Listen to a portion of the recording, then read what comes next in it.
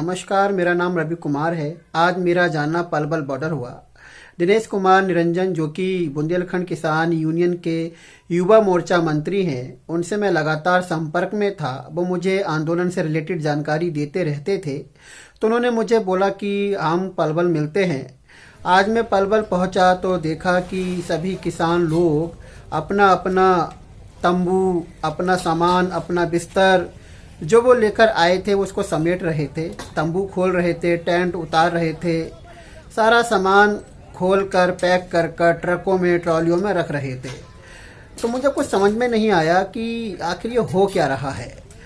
जब धीरे धीरे आगे बढ़ा तो पता चला, किसानों ने बताया, वहाँ पे जो मौजूद किसान थे, तो मैंने लोगों से बात करने की कोशिश की। पहले तो लोग बहुत ज़्यादा नाराज़ थे और उनके चेहरे पर आंदोलन ख़त्म होने का दर्द साफ नज़र आ रहा था। मैंने उनसे बात करने की कोशिश की तो उन्होंने यही कहा कि बात करने का बिल्कुल मूड नहीं है, क्या बात करें, हमारा तो सब कुछ उजड़ चुका है। आपको बता दें कि पलवल क्षेत्र में इंटरनेट की सुविधा नहीं है, वहाँ पर आप इंटरनेट नहीं चला सकते हैं। अगर मैं आज वहाँ पलवल बॉर्डर नहीं पहुँचा होता तो मुझे पता ही नहीं चलता कि वहाँ पर किसान लोग अपना आंदोलन ख़त्म करने को मजबूर हैं। तो इंटरनेट ना होने का कितना बड़ा खामियाजा भुगतना पड़ता है, ये हम सब जानते हैं। कहीं पर भी पलवल बॉर्डर की खबर नहीं है अभी तक। जो मैं वीडियो रिकॉर्ड कर रहा हूँ, अभी तक भी पलवल बॉर्डर पर जो आंदोलन खत्म हुआ है उससे कहीं पर भी खबर नहीं है। कारण यही है कि इंटरनेट है नहीं, तो कहाँ पर अपलोड करेंगे, कहाँ पर जानकारी देंगे।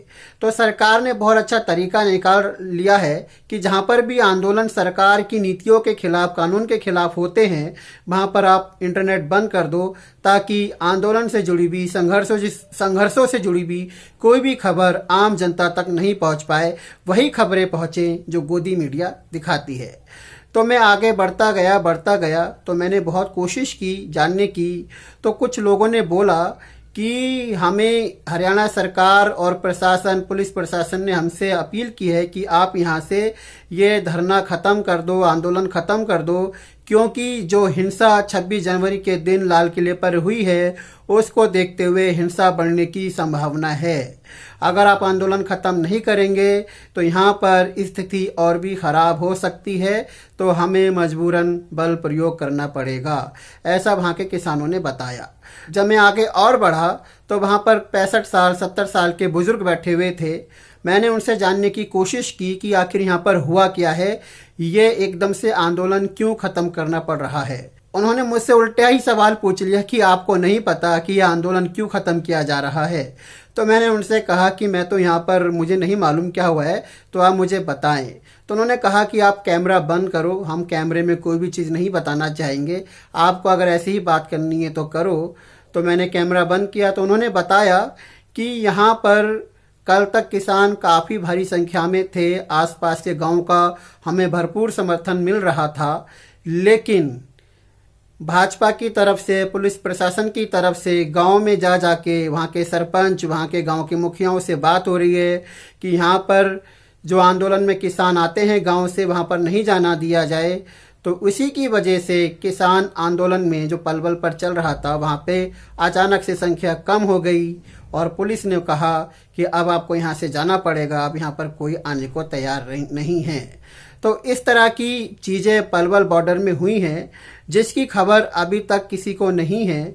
अगर हम सीधी भाषा में से कहें तो ये जबरिया उठाना हुआ, किसानों की मर्जी के बिना उठाना हुआ।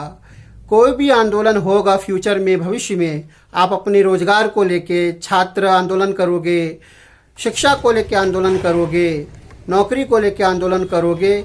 जब आप लंबा आंदोलन चलाओगे तो कहीं पर एक हिंसा होगी उसी आंदोलन के नाम पर और आपका आंदोलन ख़त्म कर दिया जाएगा।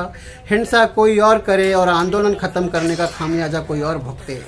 तो किसानों को साफ समझ में आ रहा है कि जो आंदोलन हमारे पिछले 2 महीने से शांतिपूर्ण चल रहा था, कोई गड़बड़ी नहीं हुई, तो ये किसकी साजिश है ये साफ समझ में आ रहा है। दीप सिद्धू किसका आदमी है ये भी साफ समझ में आ रहा है।